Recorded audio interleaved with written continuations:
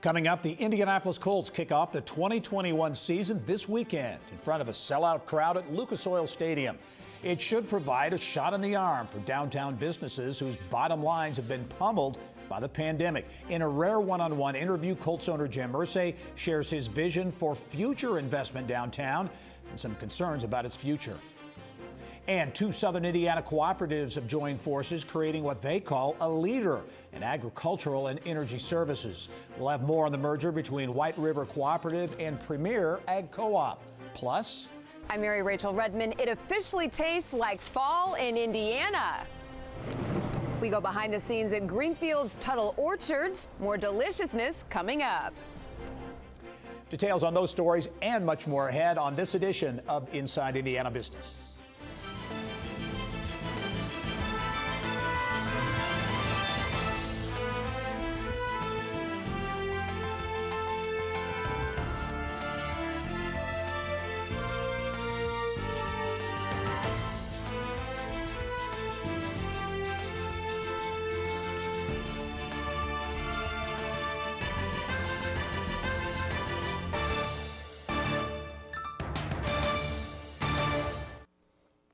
Hello and welcome to Inside Indiana Business. I'm Gary Dick. Downtown Indianapolis businesses are getting a much needed shot in the arm this weekend as the Indianapolis Colts kick off the NFL season.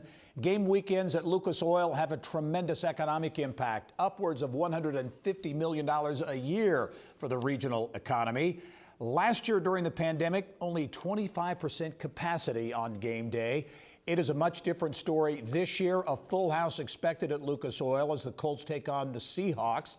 I sat down this week for a rare interview with Colts owner and CEO Jim Irsay for my Business and Beyond podcast.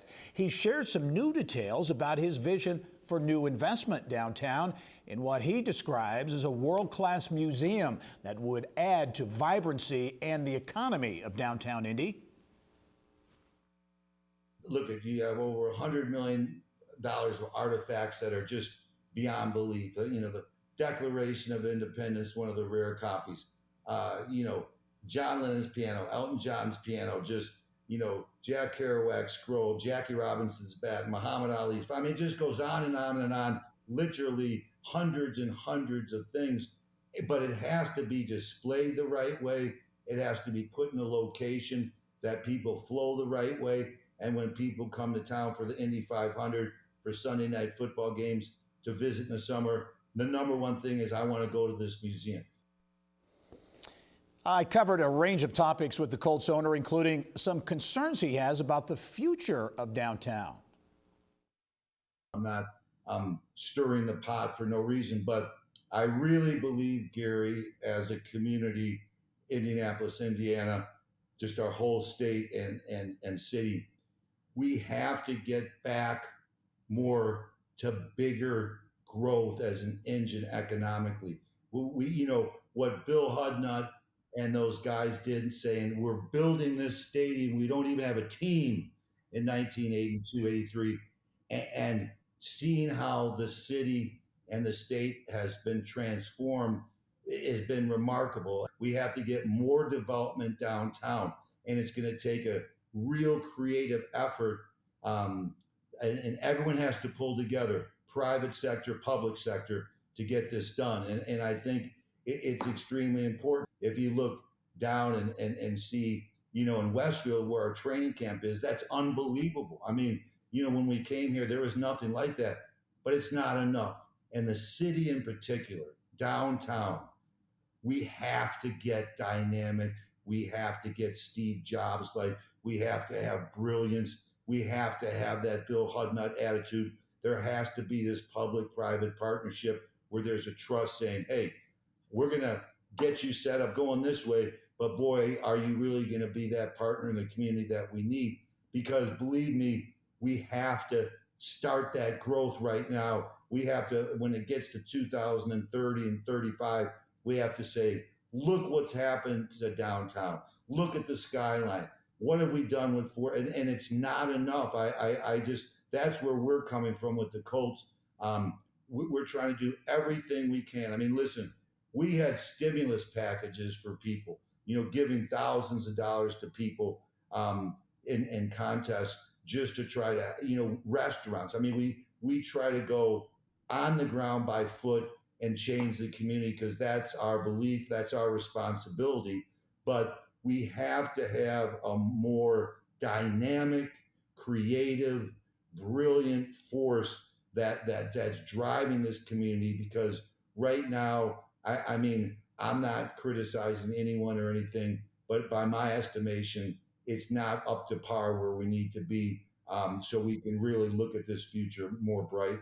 We have to get an aggressive game plan, to really say these are some of the goals we have to achieve to grow the city. Because you're right, the change has been incredible. I mean, when you look from '84 to 2008 or 9 or 10, incredible.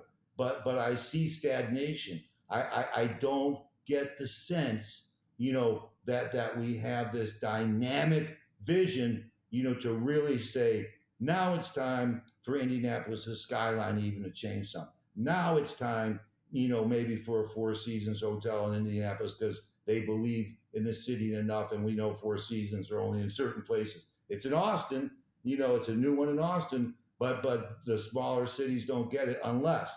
And we have to continue to know who we are, and we have to let the city, the world, the country, let others know who we are and what we're about. And they have to have that passion to say, I want to go to Indianapolis, Indiana. I want to go to Indiana. I want to go there in the summer and visit, because I've had long talks with Roger Penske, and he's a tremendous asset to us.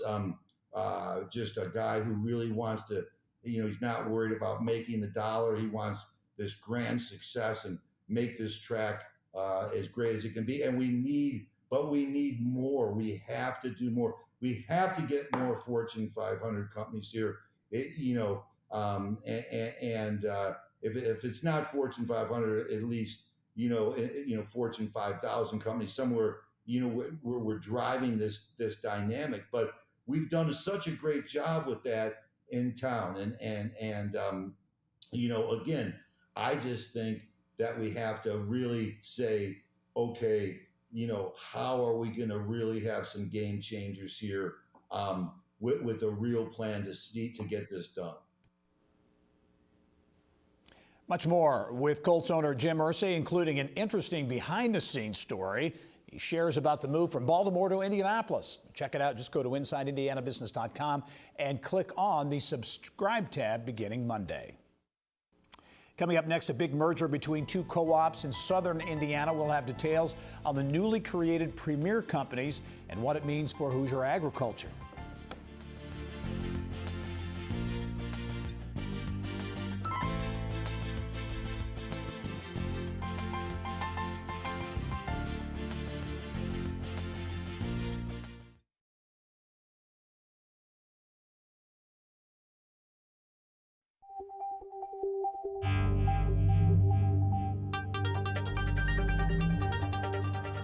It's time to go inside innovation, brought to you by Allegion, pioneering safety.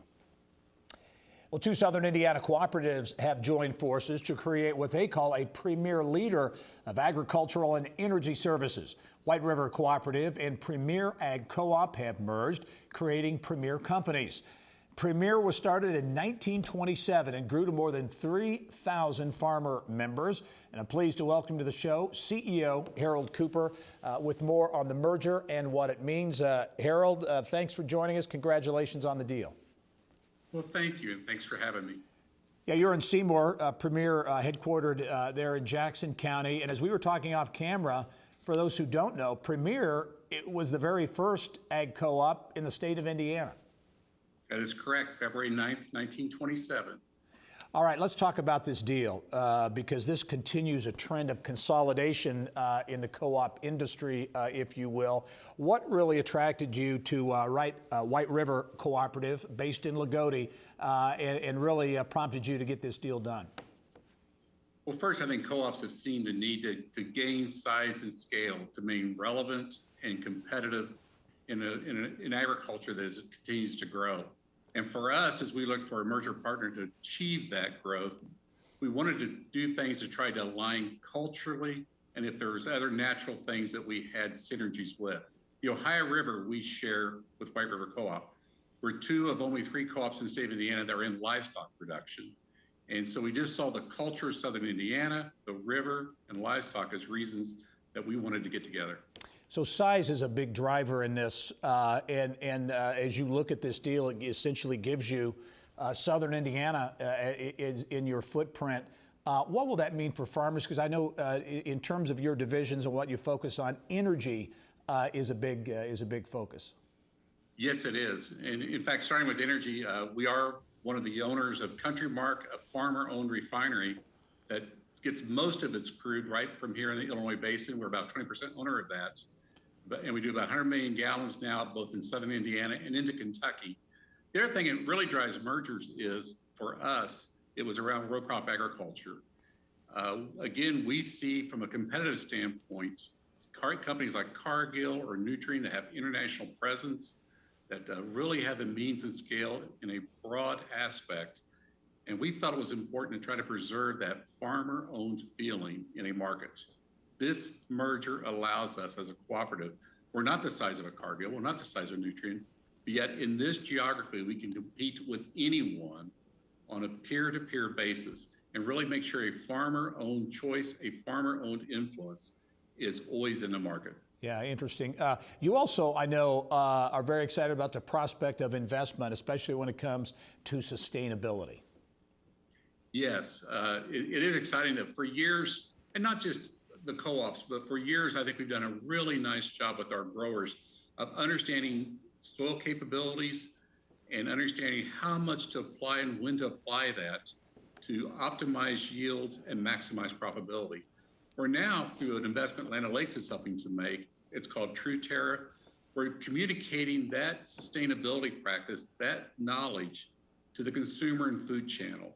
And it's called True Terra, but it really gives us a chance to assure a marketplace, to assure a consumer that what we do here to bring food and energy and even fiber to a nation, we do it in a sustainable, responsible manner.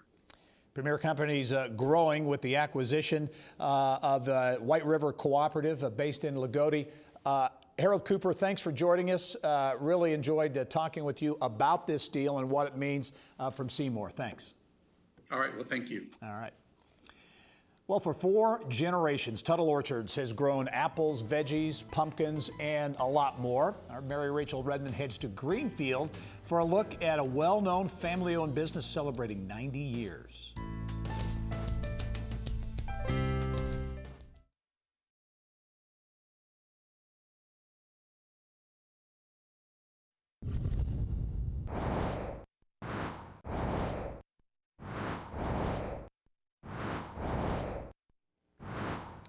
Here's what's making news now around Indiana. It's one of Central Indiana's hidden gems. This 4th-generation family-owned farm has everything from you-pick apples to pumpkins and a lot more. Around Indiana reporter Mary Rachel Redmond made the trip to Greenfield to check out Tuttle Orchards. Ginger gold. Looks like they're really nice, really nice. What I think of when I hear apple, it brings up memories of family. It's a nostalgic word, I guess, for me. For nearly a century, this Hancock County orchard has been harvesting apples for Hoosiers. These are the cider apples. My grandfather, Roy Tuttle, is the one who founded the orchard, planting the first trees in 1928. The business has grown in many, many ways. In his day, this was a wholesale business. The apples that they harvested from the trees were put into vinegar. Grocery stores would buy direct from the farmer back in that era. By the early 60s, increased demand for Tuttle's apples saw the family open its first small store on the property. We began to transition into more of a retail outlet, and they would buy much larger quantities because they took it home and then they cooked it and made their own product. Whereas today, when you come out the orchard, people buy very small quantities because we already have the apple butter, the apple pie, all that's already made for the customer. In 1982, Mike joined his brother Tom as co-owner of the family business. Under their leadership, the orchard has expanded to include 34 acres of apples with 24 different varieties, not to mention a much larger version of that original farm store, chock full of hand-picked apples, ciders, jams, and butters. We have really seen in the last few years that a lot of people want to actually come and experience food right here on the farms. And perhaps my favorite, the sweet shop. We have all the fall treats like pumpkin donuts, apple donuts, caramel apples of all kinds. I know they say an apple a day, so this counts as like, what, 4, 5 apples? Oh yeah. We're known for our apple cider slushies. Speaking of apple cider, Tuttle Orchard's family recipe for this fall favorite has year in and year out been voted one of the best in the country. Our apple cider has won best in the nation one year and second in the nation several times. We're using our own homegrown apples, and the secret to making really good apple cider is to blend many more than just 1 or 2 varieties. So we put 3 or 4 in the batch so that it has a really good taste. Tuttle's is a lot more than just apples. Try your hand at this 4-acre corn maze, or for the little ones, a pit stop at Tractor Town. And did someone say pumpkin? We have a pumpkin patch that opens on the 24th of September. A lot of people come here for their pumpkin activities. We reach out to a lot of kids. That area is really important to me because of the education, teaching the next generation about agriculture. Before COVID, we had right at 20,000 coming out just for school tours. Now Roni is teaching his own adult children how to run the family business. It's neat to see how your kids have a vision as well, and they want things to go a certain way because they're probably more in tune with the kids of today and the younger generation of today than we are. Just sit it up there and that's what we're going through now is going to the next generation. Mary Rachel Redman, Inside Indiana Business. Tuttle Orchards is open 6 days a week, but closed on Sundays. And for those of you already gearing up for Halloween, pumpkin picking just around the corner starting on the 24th. Well, also making headlines around Indiana this week, American Sealants announcing plans to invest nearly $3 million into its Fort Wayne facility and add about 30 jobs by the end of 2024. The company makes package adhesives and sealants for construction, manufacturing, and the automotive aftermarket. American Sealant says the expansion will allow for more warehouse and manufacturing space, more employees, and a state-of-the-art lab to fuel growth in its adhesive and sealant product lines. Well, the Renaissance at Fort Ben in Indianapolis took yet another turn this summer with the opening of the Otis. We get an inside look at the $31 million development that is part of a much bigger transformation in Lawrence Township.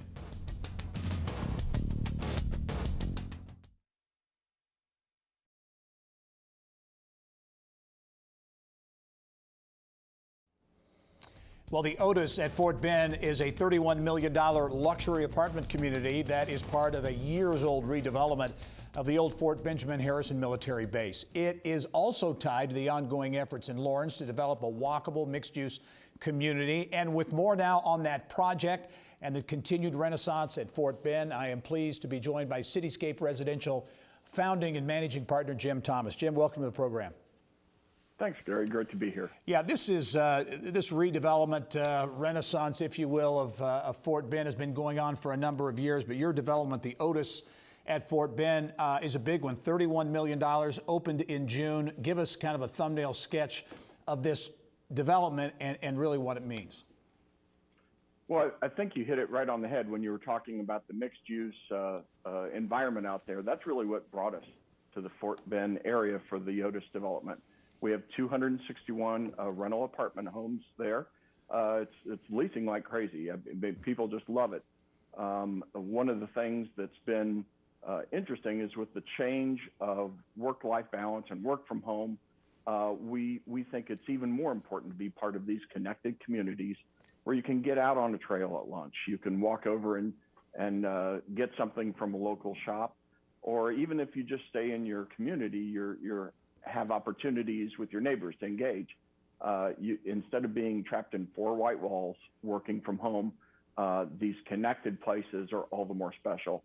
And that's really what brought us to to the Fort Bend area. And really, Fort Bend is beginning, or has now, I think, that critical mass, the residential, the retail, the business development. You've got the state park there, of course, golf course. You've got all those amenities coming together. I assume that, another reason this became a very attractive site for you.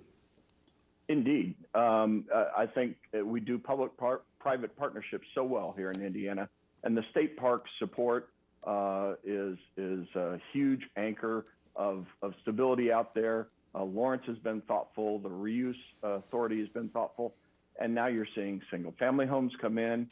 We've made significant investments. I think you'll see, the new libraries going out there. There's hospitality uses. I really feel like the specialness of the place is beginning to be recognized within the Indianapolis metro. Yeah, and a part of that too, Jim, is the arts campus and really the development of arts and culture in that area.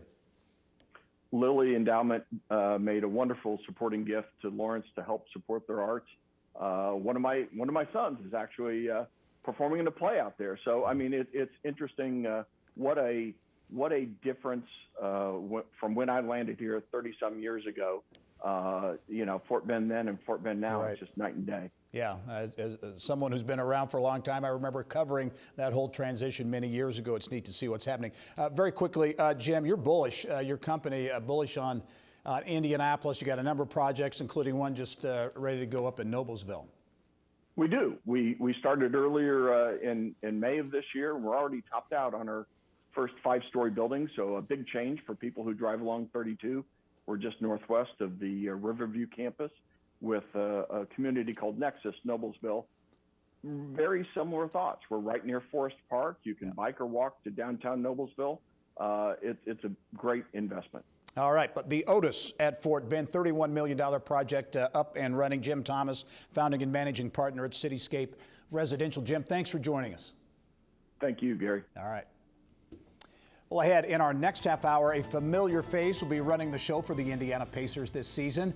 Rick Carlisle returns as head coach of the Blue and Gold, and he joins us for a look at the season ahead.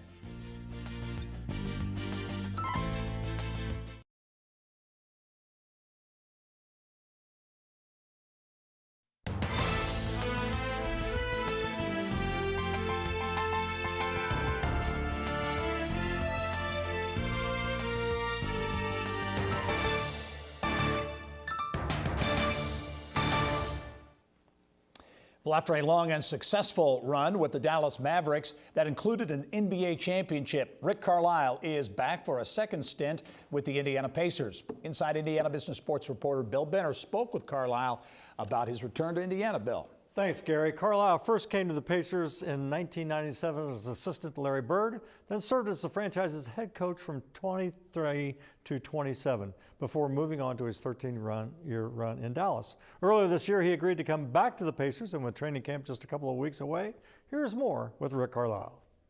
Well, we are joined by the new Pacers coach, Rick Carlisle, but also the old Pacers coach as we dial it back a number of years. And Rick, again, welcome to Indianapolis, and training camp will be starting here in a couple of weeks. And I anticipate that you're pretty excited about the opportunity. Yeah, no, it's great to be back. It's very rare that you're invited to be back to a place for a third time. My first run was with Larry Bird when he was the head coach from 97 to 2000, and then back with the club 3 years later, for a 4-year run as head coach, and then the last 13 have been in Dallas. That's been a great experience, and now back for a third time. So it's exciting. What to a lot of I saw an interview with Malcolm Brogdon. He talked about trying to bring structure in particular to the offense. And I remember back in your days under Larry Bird, you were like the offensive coordinator. Talk about what style you might bring to the Indiana Pacers, Rick. Well, we're still studying that. Our guys are going to be in this coming Monday. Our veterans for 2 weeks leading up to training camp. This will be an important period of time for us because we'll get to see them play. We'll get to communicate more with them face to face. I have had the chance to visit with virtually all of our players individually in person, but that's for a day or two here or there. In some cases I've been with some guys for multiple days, but now we're in our gym, we're in our practice facility. We can watch and we'll learn things. And so I think something that has been a constant in my experience in this league going back really almost 40 years, the best way to improve a team is to do it at the defensive end, because defense is always going to have a massively important effect on the offensive end. Offensively, we're going to want to play unselfish. We're going to want to space the floor. We're going to want to attack the rim and get good looks at three, consistent with the metrics of today's game. But we've got to be very detailed, with what we're going to be doing during crunch time and those kinds of things. And we'll work hard to get that right. A lot of questions going back and since they've been playing together. Domas Sabonis, Miles Turner, can they be on the floor at the same time? How do they complement each other? What's your take on that? Well, I want to get them on the floor in our facility, in training camp, and see for myself exactly what we have. Now, I've visited with both guys for multiple days this summer and had great conversations and done on-court work. And they both are, such impactful guys in their own kind of way that, making it work is a big priority. Now, some of this, it has to do with shooting and the ability for both guys to stretch the floor. And I worked with both guys this summer on a couple of small adjustments that they can make to their three-point shooting to try to enhance it. That would make a huge difference. It's not going to happen overnight. It's going to be a process thing that we work on as we go forward. But it's such a big part of today's game. The space and the three-point shooting aspect of it. So that'll be a big key to it. The other thing that we can do is, obviously start them together, play them for a stretch at the beginning of the game, and then sub one guy out and then separate them, because they both have played very well as the lone center with a lot of different lineups. And you'd be surprised. Their lineup data, is not bad when they play together. It's just there's room for improvement, and that's what we'll try to do. Rick, we got about a minute left. The Pacers never got healthy last year. And injuries, obviously, they happen to every NBA team. We just got word that TJ Warren's still going to be on the shelf for a while. But among the healthy guys we saw last year when he finally came back from his kidney issue, Karis LeVert really was a guy that I think grabbed people's attention in a very positive way. What kind of season do you see for him? Yeah, he's dynamic. He's a wonderful guy. I spent a few days with him in LA in the last 3 weeks or so. He's a very exciting player. He's going to be one of our go-to guys at the end of games. I think Karis, Domas, Malcolm Brogdon, and Miles Turner are going to be, the four guys that are going to be the core of our team.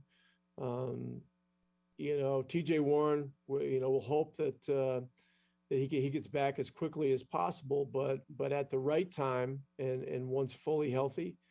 And we're looking forward to getting going. We've got a couple of exciting rookies, with Chris Duarte and Isaiah Jackson. And as you know, Bill, once we get into this, the time just flies by. So it'll be upon us soon. Well, Rick, we certainly, again, welcome back to Indianapolis. It's great to see you again, and we wish you the best of success. And as you said, time flies, and the season opener will be here before we know it. Rick Carlisle, the new coach of the Indiana Pacers, the new old coach of the Indiana Pacers. Thanks for being with us. Okay. Thanks, Bill. Take care. All right. And the Pacers season starts on the road against Charlotte on October 20th, and they open at home against Miami on October 23rd. Gary, back to you. All right, Bill, thank you. Well, it is game on for the Indianapolis Colts, opening the season this weekend against Seattle, Lucas Oil Stadium. My guest this week on the Business and Beyond podcast, Colts owner and CEO Jim Irsay. He was in his 20s when his father Bob moved the team from Baltimore to Indianapolis and vividly remembers how it all went down. We're in Baltimore, and in several months we're going to obviously move. So my dad goes to lunch, and he liked to go to the Tavern Club in Chicago, and the martinis flowed. So about 4 in the afternoon, he calls Frank Cush and I, goes, get to Baltimore, get to Indianapolis, get on a commercial flight in a false name, and call me in the morning. So Frank and I go, I guess, he wants us to go, we better go. So Frank picks these names that people wronged him in Arizona State, and these people had died in a plane crash, and he decided to pick their fictitious names, which was bizarre. So, Pete Ward, of course, has always been my brother, and every move I've made, Pete's been there. So we get to Indy, and I call my dad at 9 in the morning, and I say, okay, now what? What should we do? And he said, well, where are you? I said, we're in Indianapolis. What are you doing there? I said, you told us to come. He calls me the morning of the moves, and he finally says, it's a go tonight. Here are the people that are coming. Everyone else has to be out of the building. So it's just, so surreal. So we're waiting for our PR director to quit playing racquetball because he's not on the list to come and get him out of the building. And so I'll never forget it. The snow is falling. It's dark, and it's quiet in Owings Mills, quiet as a mouse outside our complex. I hear that first Mayflower truck in first gear, because there was a hill, coming up that hill so loud. And I said, my God, the whole state of Maryland can hear this. I mean, it was unbelievable. And then these movers came in, and it was hostile. There was some fights that almost broke out. A few players had heard about it, and they're in the locker room. It was mass bedlam. This is a conversation you don't want to miss. Indianapolis Colts owner Jim Irsay, my guest on the next Business and Beyond podcast. It begins Monday. To check it out, go to InsideIndianaBusiness.com and click on the subscribe tab. Well, next, Indiana businesses and high schools coming together to promote diversity, inclusion, and workforce development. Details in this week's Eye on Education segment.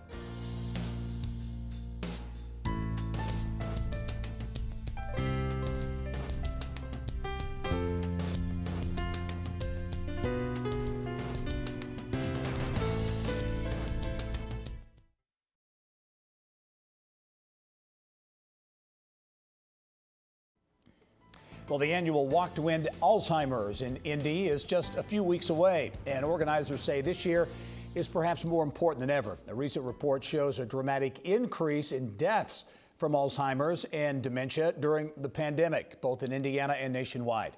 Business of Health reporter Kylie Valletta has more. Kylie. Thank you, Gary. In 2020, there were 870 more deaths from Alzheimer's and dementia compared to the previous 5 years. That's a 14% increase. More research is needed to uncover why the pandemic had such a devastating impact on people living with Alzheimer's. And that research is funded by events like the annual Walk to End Alzheimer's, which is taking place in person again this fall in Indianapolis after being only a virtual event last year. Natalie Sutton is the executive director of the Alzheimer's Association Greater Indiana chapter, and she joins me now to tell us more. Hi, Natalie. Thanks for being on the show today. Hi, thanks for having me. Well, we mentioned in the introduction a 14% increase during the pandemic in 2020 in Alzheimer's deaths and dementia deaths. That hasn't been fully fleshed out in research yet, but can you explain some of the factors of possibly what led to that increase? Of course. Well, first, the population living with Alzheimer's and dementia were particularly vulnerable to COVID-19. This is an older population, sometimes living in communal settings, often also having other chronic health conditions. So some of these deaths that were attributed to dementia may actually be COVID-19 deaths, especially when we consider early on in the pandemic not having access to COVID-19 testing for those individuals. So that's one possible theory. I think the other thing is that there are pandemic-related changes in our lives that may have had a negative impact. first and foremost, social isolation for this population, but also maybe a more limited access to healthcare providers and healthcare services, and also changes to the routine and care that may have been provided by other family members or other kinds of caregivers that was unable to take place during the pandemic.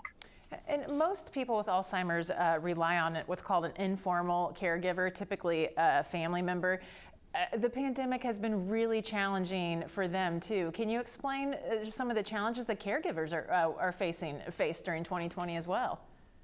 Absolutely. Well, caregiving is not easy in normal times, and certainly the pandemic has further complicated that. But caregivers may have dealt with changes in their ability to access respite care options, like adult day settings during the shutdown. Caregivers for those who have loved ones living in long-term care settings were unable to visit, sometimes unable to communicate with their loved one. And all of that has led to some really negative effects and some very emotional times for Alzheimer's and dementia caregivers. Well, let's talk about the Walk to End Alzheimer's. You have an in-person option this year, only virtual last year. Obviously, it's one of your biggest fundraisers. Talk about the importance of that research, the importance of that funding, especially as it relates to research right here in Indiana. Yes, well, the funds raised by the Walk to End Alzheimer's, which is our largest fundraiser, advance the association's mission. We're focused on using those funds to provide care and support in Indiana communities, but also to advance research, as you mentioned. We all know that our ultimate hope is to end Alzheimer's and other dementia, and that end will come through research. We're very fortunate also to be sitting here in Indiana, a leader in that research. We are actually at the Alzheimer's Association funding 11 active grants that total almost $3 million to Indiana researchers. So the Walk definitely supports our ability to make those kinds of grants to research important research projects. And we talked off camera how the Walk took a financial hit last year, being that it was only virtual. This year, you still have a virtual option, but also, again, this in-person ability this year. Why is it so meaningful to have that in-person option, to get back together again? Yes, well, we just talked about the importance of caregivers and Alzheimer's and dementia, and having a loved one on this journey or being on this journey yourself can feel very lonely. And so for us, the Walk is always that one day a year when the community comes together. I think people feel hope. They feel like they're part of a community, and we're so excited that we're able to get back to that, of course, with some safety protocols in place this year. Right, only just a couple seconds left. I want to mention you had a special report focused on race and ethnicity, and some non-white populations that experienced more barriers to dementia care. Just one big takeaway from that report.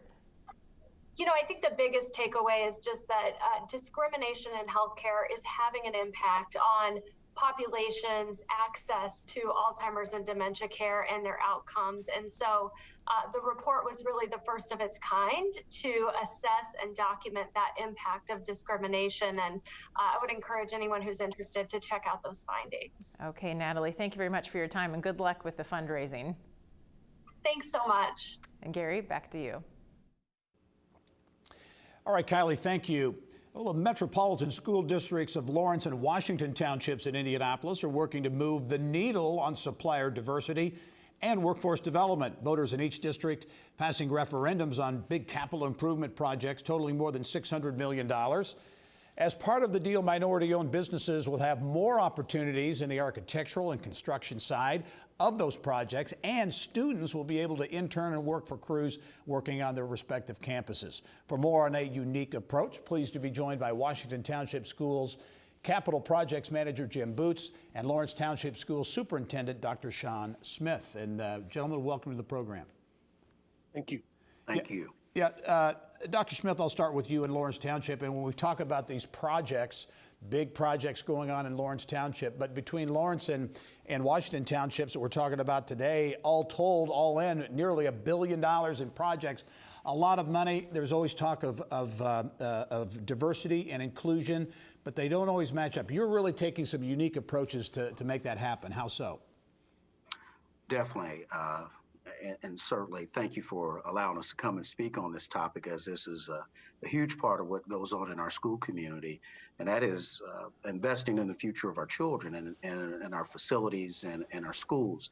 But for Lawrence Township, the Board of Education took an approach and had the vision that as we went through these processes is how do we engage the entire community? How do we get minority-owned companies a part of our projects? And so they set a board goal and gave that to me and said, hey, we want to have minority-owned companies work with us through the referendum project and other projects that we have in the district. And so for us, it started with the Board of Education's board goal. Yeah, and in terms of getting more minority participation, how do you do it? Sometimes it's easier said than actually done, right? Well, certainly. Obviously you can write an RFP and put it out and hopefully people will apply, but we took a different approach. We networked, we talked with other companies and even in the private sector of minority companies are out there. And we certainly invited them in to talk to them and meet them so we could better understand what they were able to do. So we were very aggressive in our approach to go out and seek them out. And then through the RFP process, bringing those companies in and interviewing them alongside of other companies to find the best talent that was out there. Yeah, Jim, part of the issue is some of the smaller minority-owned firms maybe don't have the wherewithal to meet some of the standards or what needs to happen in terms of qualifying for some of these projects. How do you do that? How do you bring some of these smaller minority firms into the mix? Yeah. Indeed, that is the truth, and we experienced much the same that Dr. Smith and his team did in Lawrence. There are a lot of firms out there. It's getting them teamed up with the proper partners to assist them and help them grow.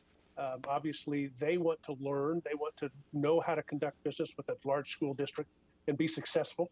And in the same time, they are often looking for ways to meet those partners. So we work very hard to identify those XBE companies and then identify potential partners with them as well, so that they could yoke up and become contributing members to our programs. Yeah, Jim, and I want to ask you both about this, but Jim, you first, because I know an important part of this is connecting students, getting students engaged with internships and mentorships, including even some paid internships. How are students really a part of this process? Yeah, and that was an important process that our board committed to way early in the process, both in 2016 and then again when the community supported another referendum in 2020 in the midst of a pandemic, if you can imagine. But part of that was also working with our professional partners, CMs, design firms, engineering companies, to get their commitment to hire interns and our students to assist with the programs across the board. Currently, we have 2 students identified and employed by some of our professional partners. To date, we've got about $30 million in what we term XBE participation in our construction programs, and another $15 million in our professional partners programs, being the design and engineering company. So that provides a great opportunity for a lot of our students to take advantage of those internships. Yeah, Dr. Smith, as we wrap up here, tell us about that student participation in the project out in Lawrence Township. Absolutely, Gary, and I think it's a no-brainer. These companies are looking for workers, and at our career center, which is McKinsey Center for Innovation and Technology, construction trades is an easy place to find those students. And immediately we went to that and allow for many of our students to work alongside of these projects, especially over the summer months when they're looking for extra help. And so for us, over $42 million of our projects have specifically gone to XBE companies, and they have done an outstanding job. Many of them have gone solo. So these companies have grown in their work by working with Lawrence Township schools and the support from our community. Big projects in both Lawrence and Washington Townships and unique ways to really get at that diversity issue. Jim Boots, the Capital Projects Manager in Washington Township, and Dr. Shawn Smith, the Superintendent in Lawrence. Thank you both very much. Thank you. Thank you. Thanks a lot. Well, Bloomington on a mission to get more people to live, work, play, and stay. We'll have details on Visit Bloomington's strategy when we come back.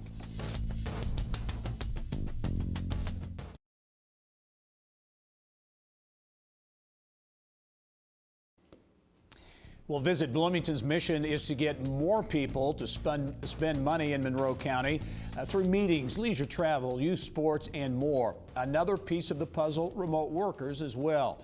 Visit Bloomington's Leisure Marketing Director, Erin White, joins us now with more. Erin, welcome to the program. Thank you for having me.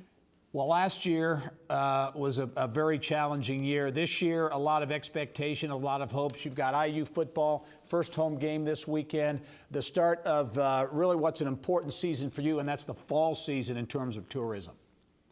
Absolutely. We're cautiously optimistic as we, like you mentioned, welcome our first home football game back to Bloomington this weekend. Experiencing several fall festivals is really important to us, and looking forward to the foliage that's going to be falling here sooner than later. Visitor spending related to tourism in Monroe County over $400 million, jobs supported 6,700. Those are big numbers. Tourism, the fifth largest job producing industry in Monroe County. So this is an important time of year, not just for these venues, but certainly for the overall economy. How important is tourism when you look at the economy of Bloomington and Monroe County? Tourism's a critical indicator of success for our Monroe County, not only with the local businesses that are supported by visitors who come to Monroe County through all 4 seasons, but the restaurants, the attractions.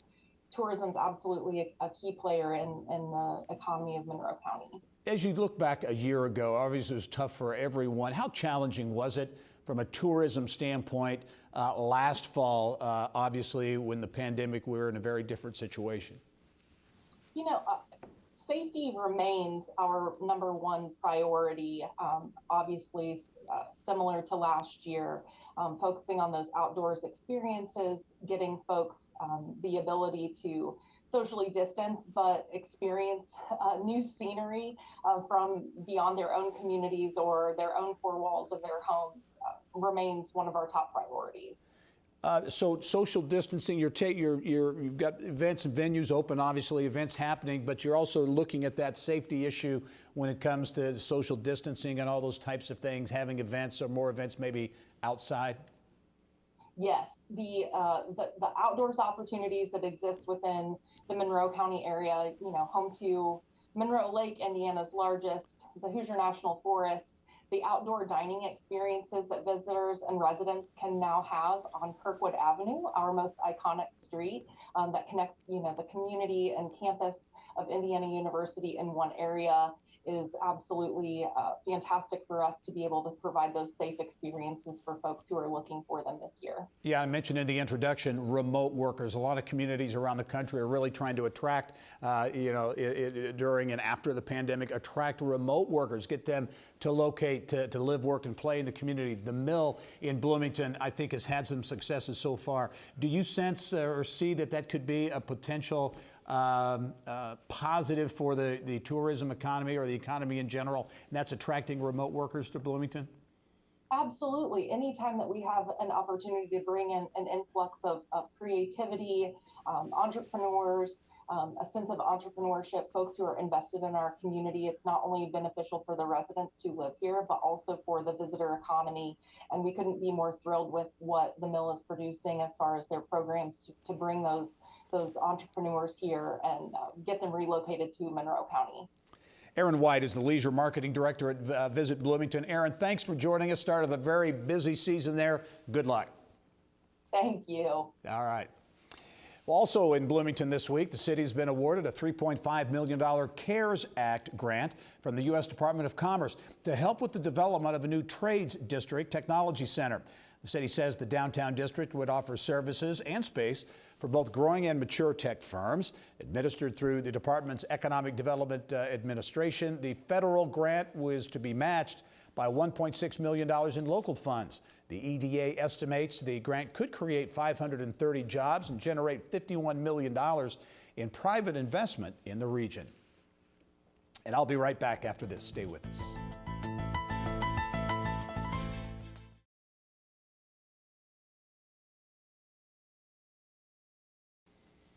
Coming up next week, we'll take you inside Abbott's $38 million investment in Westfield, plus Bloomington's Oliver Winery expanding again. Thanks for joining us this week. I'm Gary Dick. Go out and make it a successful week.